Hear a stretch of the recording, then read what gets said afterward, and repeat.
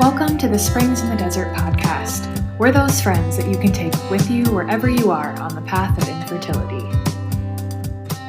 Hello, everyone, and welcome back to the Springs in the Desert podcast. I'm Anne, and I am so excited for our conversation today and for our guest, who is one of our regular contributors and blog writers, and you may have heard him previously on the podcast. I'm here with Edward Luersman. Hey, Edward, how you doing? I'm doing really well, Anne. So good to be here. How are you? I'm doing great and really excited for today's topic. Our theme for this month is work. It's the month of March. And of course, we think about St. Joseph the Worker. And so we thought that talking about just this idea of work in general would be really fun and interesting for our listeners. And we want to cover different facets of work, of course, our professional lives, but also work that we do in the home, maybe work that we do out in the community as volunteers or within our parish, and all different facets. But for today, we want to focus a little bit more specifically on our professional lives and the work, the jobs that we go to every day, and particularly how we navigate maybe some of the challenges that come up in our professional lives when we are in a season of infertility or loss. And on the surface, it may seem, what's the connection there? But we know that there are some struggles that we can come up against when we're in this season, when we are working with our coworkers and different events and announcements that come up at work. So, Edward, let's start off with, maybe you can just talk about some of the common struggles that we might encounter in our work life when we're in a season of infertility or loss. Absolutely. And first, let me just start out by saying this is purely anecdotal, based off of what I've personally experienced, what my clients have experienced. So I'm going to list off some things that come to my mind, but I invite our listeners to really think about what particular experiences, what particular challenges that they have personally experienced. So with that being said, several things come to mind, but the first thing is just a lot of the painful reminders, the painful pricks of the heart that we experience in the workplace when our own infertility grief comes up because other people's lives, other people's experiences. And I think it is common for people to experience that pain when other people in the workplace announce pregnancies or gender reveals, or talking about the day-to-days with kids or kids in their lives, things like that. And that can really bring up an absence that we perceive in our lives. So first off, just think about how many reminders we can have in the workplace.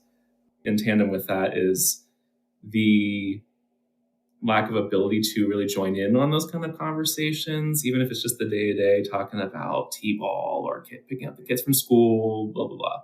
It's, what do I have to contribute to that conversation? It can be a real thing that goes inside our heads. So that was kind of the first thing that I thought of, those two things. Yeah, and as you're speaking, it's reminding me that we talk in this ministry a lot about the experience of infertility and also loss as being so isolating. And we feel both exposed and hidden at the same time. We're hidden because we don't really talk about it.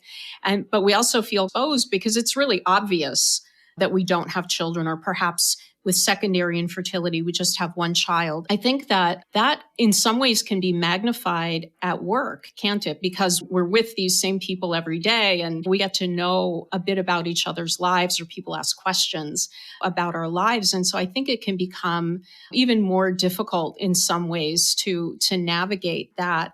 And I'm thinking about, if we're in a particularly tender season, maybe we're trying to conceive and the treatments are wearing us down, or we just received a negative pregnancy test, or there's just some real tender part of our hearts right now. And then we receive those announcements, or maybe coworkers are throwing a baby shower for somebody in the office. What are some of the ways, maybe first of all, how can we manage kind of our own emotions in the course of a workday and kind of hold it together, because we won't get any work done if we're bursting into tears every 5 seconds or running out of the office. So maybe talk a little bit about first ourselves and how we can manage those emotions. Yeah. So there's two things going on that I think of when you ask that question. And first off, is this a situation in which you are discerning how to respond? And there's an active choice on that part. So that's one consideration to think about is, can I afford to take some time to think about how I'm going to respond? Or is it one of those spur of the moments where you're on the spot and you have to just congratulate that person or decide whether you're going to say something about that insensitive comment? So that's one thing that I want to think about. But two, I think even more fundamentally, it's important to go down to the basics of emotional regulation, recognizing that in these kind of moments, you have a flood of emotions that are coming in that may be stress, that may be that despair or that devastation, that grief that we feel because of our infertility. Or it could be anger, right? It could be frustration, irritation that here I am again in this predicament. Here I am again being reminded of this painful reality that I'm trying to distance myself from, or I'm tired of feeling. And so you're going to have this flood of whatever emotion it is coming in. And so you have to be aware of the fact that, hey, like, I have to get through this moment, whether I like it or not. I have to respond to those emotions in some way. And hopefully oftentimes our goal is to be more discreet, to try to recollect ourselves, respond in a calm way. So I think it really goes back to the basics of, if you can't afford to, take a deep breath, try to tell your nervous system that you're okay, even though it's okay to feel upset right now. Your brain is taking this as a threat. And so it's going to start responding in a very quick manner. Going back to that, saying a quick prayer if you can. Can you break away? Can you pause? Is it something that you just shut your mouth and just say, I don't want to say something that I'm going to regret, so let's just hold it there? Or can I at least muster out something? Just, I'm so happy for you. Congrats. And again, putting that emotion just away just a little bit until you can let it out and sift through it later when it's a more ideal time to do so. Yeah, I love that advice. And as you were speaking, I was thinking about these are sort of things that we can use not only in our work life, but just in other situations where we may be, I guess, in a way, blindsided perhaps by an announcement. Maybe we're not expecting to hear it from someone. It might be perhaps helpful for us even ahead of time, not knowing when such announcements might happen, maybe to have a couple of answers ready, or almost like just creating this little, I think about the disaster response plans that people have, right? Like they pack up they have their water in the first aid kit and that sort of thing. So maybe we can create a little emotional disaster plan. That's not a good word for it, but I think you know what I mean, to just prepare us ahead of time for those kinds of things. Well, I don't know, I'm putting you on the spot here, but what sorts of things could we have in our little emotional response kit that can help us to prepare for situations like this? Absolutely. And I love this idea, Anne. And I've actually had this conversation with clients before where they're like, I know that I'm going into a situation where either I suspect that a pregnancy announcement is coming, or I suspect that an insensitive question, or there's going to be these topics that are going to come up because I know the situation with these people, that this is what I'm going to have to deal with. In those situations, especially when you highly suspect, I think it's prudent to have this disaster awareness ahead of time. Yeah, so I would say in terms of what you can do to prepare, which tools, I would say, again, first and foremost, don't forget that pausing, breathing, trying to say a quick prayer if you can.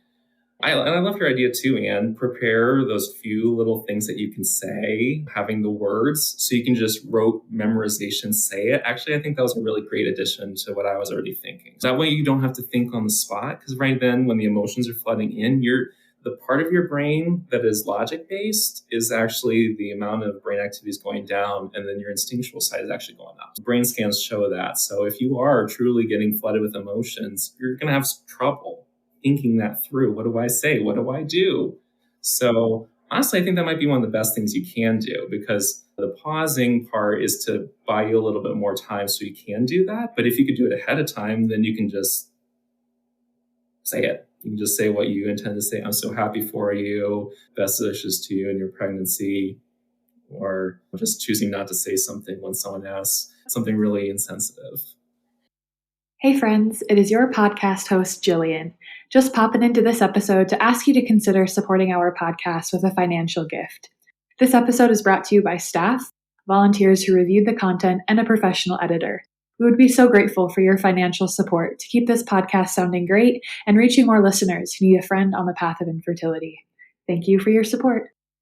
Yeah. And one of our contributors had also just mentioned that something that helps her is to have kind of an ally, maybe an ally at work. Maybe there's a coworker that you have a good relationship with and is someone you can share this struggle with if you feel comfortable. Maybe you've had those conversations, and that's someone you can lean on when these kinds of announcements come up. And then also, I think it's important for us to lean on our spouse and maybe have these conversations ahead of time with our husband or with our wife.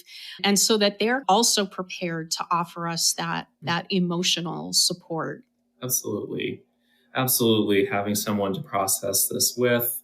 Also, I think just in general, too, I think we can be proactive if we're trying to sift through our emotions, sift through how infertility is impacting us ahead of time. And unfortunately, these emotions, sometimes as unpleasant as they are, they don't just go away if we just suppress them and put them away. So unfortunately, what ends up happening, and why I encourage my clients to proactively engage in their emotions in a safe environment, an environment where they can let them out and not be worried about the ramifications, that can help bring relief. It can help them. So that way, then those emotions aren't as raw or as intense, because unfortunately, these times come, and they often comes on inopportune times. So if you can deal with that proactively, there's going to be less of that built up steam in there. So that way, then when that comes, maybe a little bit less intensity, rawness will come up when you have to deal with a trigger like this. So.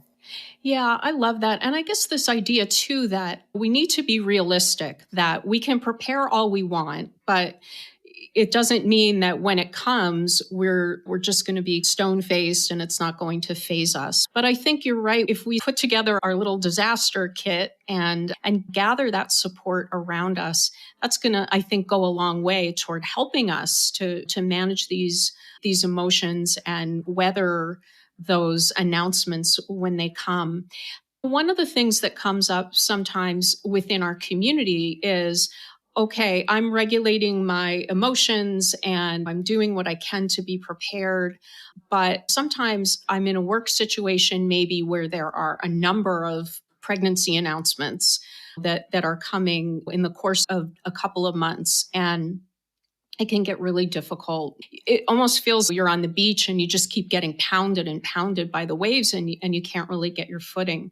So I don't know, there might not be a good answer to this, but I wonder if there's any way that we can maybe talk to our coworkers. That's really hard to do, but I wonder if you might have some suggestions about how maybe we can express what's going on with us without having to reveal our entire story, but to maybe make the people around us a little bit more aware. And just as we have to try to cultivate generosity when we hear these announcements, maybe to help those around us to be a little bit more sensitive. I know this is really tricky. It is. It is. We'll try our best, but it's a work in progress. And I love your comment too, Ian, about we're human. We're going to make mistakes. There's going to be times when we, as best as we try to keep our emotions in check, they're going to run their course. They're going to do their thing. Sometimes we're going to choke up. Sometimes we're going to say something that we regret later. But I think it's always an option, if it makes sense for your situation, that you can go back and repair that with that person. Once you have regained your composure, once you have gotten your prefrontal cortex back online. You can go back to that person and say, hey, I'm so sorry that I said that. I regret that. Here's what was going on. It doesn't excuse what I said, but here's what was going on in my world. And I just want to share that with you. Or, hey, thank you for being patient with me. I am truly happy for you. I know in that moment I cried, I teared up. I am truly happy for you. And I don't want my own emotions, which are coming from my own experience, to take away from my support for you. So again, just you can go back and tidy that up retrospectively. Yeah, I love that. I think that when we're able to be even a little bit vulnerable and honest, it can even make our relationships a little bit closer. And I like that use of the word repairing, that there's some sense of sort of reconciliation and perhaps now a greater understanding on the part of that coworker in other situations. I find, at least for myself, that whether it's this cross or any suffering that we carry, if we lean into it, it can end up really transforming us and helping us to be more compassionate and empathetic to other people. That's not always easy because suffering is hard, but I think it's one of the gifts that God really provides through suffering. Yeah, there's no easy answers and there's no sort of one way. We try to make our way through it the best that we can. So when we do have those conversations where maybe now we're flipping it around and now talking about what that person said or did, or what is the work environment doing for us and how is that hurting us? I think, as with all communication, when you're dealing with a very sensitive topic, you want to come in with as a gentle approach as possible, being very careful and intentional and maybe planning ahead, thinking through what you want to say and how can I say in a gentle way. For example, if someone brings up the insensitive, do you have kids? Comments, or in that kind of a situation, in the moment, you don't say anything. You're just like, no, not really, or I hope we will someday, or something like that. And if you wanted to address that situation, you could go back and say, hey, when you asked me this question, I know that was coming out of a place of genuine interest or genuine care. But when it came across to me, I wasn't prepared for that answer. Actually, in here, I want to let you know that I'm actually dealing with infertility. This is actually a painful point for me. I'm not always prepared for those kind of questions. And so I'm sorry that I choked up and whatnot, but that's how that makes me feel. So I just wanted to let you know that so you can be aware of that that's just a sensitive topic for me. But I could see too, if you're talking workplace related stuff and you're referencing like a bigger, more environmental situation, and where perhaps it's not just one particular comment or one particular person, but perhaps the environment is making you feel uncomfortable. As long as provided that there's enough trust and you feel safe enough in order to express yourself maybe to your supervisor or your managers or whomever is responsible in that situation, you could, again, in a gentle way as possible, try to broach that and say, when we do these kind of events, here's how when this happens, this is how it makes me feel. What I'm doing here is I'm emphasizing precipitating events, plus how I react emotionally. It makes me feel excluded. It makes me feel devastated because it reminds me of my infertility, And so I think if you can frame it in that way, rather than you guys always have these pregnancy related events, you guys never include us that don't have kids. Yes, that's true, but that's not the way that the person needs to hear it. So they're more likely to become defensive if you put it that way. Yeah, I love that. And as you were speaking, this is something I want to invite our listeners to really think about and email us or drop us a line on social media, because perhaps we can together as a community come up with some really productive and creative ways to have this kind of conversation. And rather than saying to the boss, this is how I feel, and then throwing our hands up like, okay, boss, now you solve it. But maybe we can, as a community, we can think about really constructive ways to manage these situations, and not to say, I feel sad, so please don't allow these announcements anymore because, of course, sharing good news like this is a wonderful thing. But maybe we can think about ways that can allow for sharing this kind of news, but with a particular kind of sensitivity. So I want to throw that out to our listeners. Let's get creative here. We talk about fruitfulness. Let's be fruitful together and maybe try to come up with some creative solutions that we can offer in the workplace as well.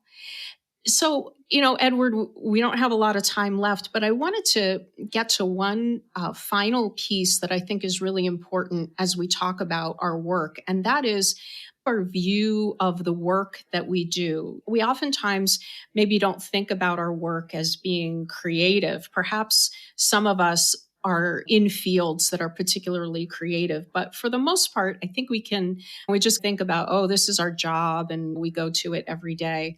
But I wonder, kind of a two-part question, how we can begin to look at our work as being something that supports our family. And again, that can sometimes feel strange to us if we don't have any children, because we might think, yeah, we're married, but we can feel like we're two people who live in the same house and we got to pay bills. We don't think of it as our work as supporting our family. So I wonder if you could say a little bit about some of the ways that we can think more about keeping our home together, being homemakers as husband and wife, and then how we might be able to better appreciate our work and how it really does provide for our family and provide for our marriage as well. Mm-hmm. Yeah, and so I think most fundamentally what comes to my mind is that how important it is to be present in our marriage, present in our life here and now, present in our careers here and now. It's completely natural and understandable that we get swept away with the infertility sometimes, or we're really focused, depending on what stage we're at in trying to grow our families, that we can be very intensely focused on future dates or past events and not being in the present moment. So with this, I think, try to reorient ourselves back to the present moment. How can I improve my marriage? How can we reconnect? How can we increase the spark, the romance that we experienced before all of this? And then same with our homes, with our careers. How can I be back in the present moment during our jobs? Are we ruminating about infertility all day long? Are we thinking about the next appointment that we need to make with the OB or with the surgeon or the dietitian? Are we really thinking about that recent pregnancy announcement? Again, there's a time and a place for these things, but is it taking us away, or is it not allowing us to recommit to the present moment? So I think intentionality is really key. I think intentionality is really key to bring us back to the present moment. I will say too, though, like that could help, and that could help reinvigorate our careers, reinvigorate the passion that we could have if we remember that, hey, there still is joy to be had here. There's still peace to be had here, even though maybe I envisioned this would look different. Perhaps I've heard this before where people are like, I've been putting my career on hold because I've been waiting for that pregnancy test to come through. And so I've put everything on hold. And so it's a new invitation to say, we don't know what the future is going to have for you, but what do you want to do for right now? Would you like to take that advancement opportunity? Knowing that, okay, if a baby does come along at some point, okay, like you can reassess. But for now, do you want to start living that part of your life again? Or is it a time to reassess? Is this, I've changed, my perceptions, my worldview has changed because of my experience with infertility. Does the career still align with my values, with my passions, or would something else better serve me? So anyways, again, all that to say, I think we need to come back to the present moment, come back and look at everything intentionally and say, how can I get the most out of this? Given that obviously we still have that big issue, that big void that we're still dealing with over here with infertility. I love all of that. It's so helpful. And we all have hopes and dreams, and it's good to have those. And we all, try to plan things. It's good to be a planner. But I think sometimes we can put ourselves in boxes and we think, this is what I expect for my life, and I can't move to the right or to the left until that box is filled. And then that can really end up sapping us of joy and spontaneity. And I really liked that you talked about this idea of not putting our lives on hold. And also, I think what was really important is that it's okay for us to reevaluate where we are, to look at where we are now and to maybe take a different turn than the way we expected. And that it's okay. And in fact, it's really good to do that. Mm-hmm. Absolutely. Absolutely. Our situations are constantly changing and our needs are changing. And sometimes we don't realize how far we've drifted away. I think without that intentionality, sometimes next thing you know, you're like, what happened for the last year, 2 years?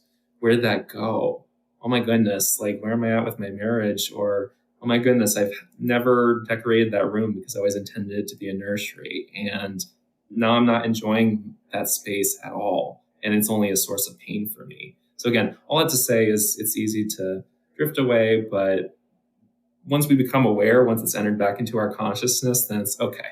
What do I want to do with the present moment now? I can't get that time back necessarily. I can't change the past, but I can definitely change the present and then future outcomes.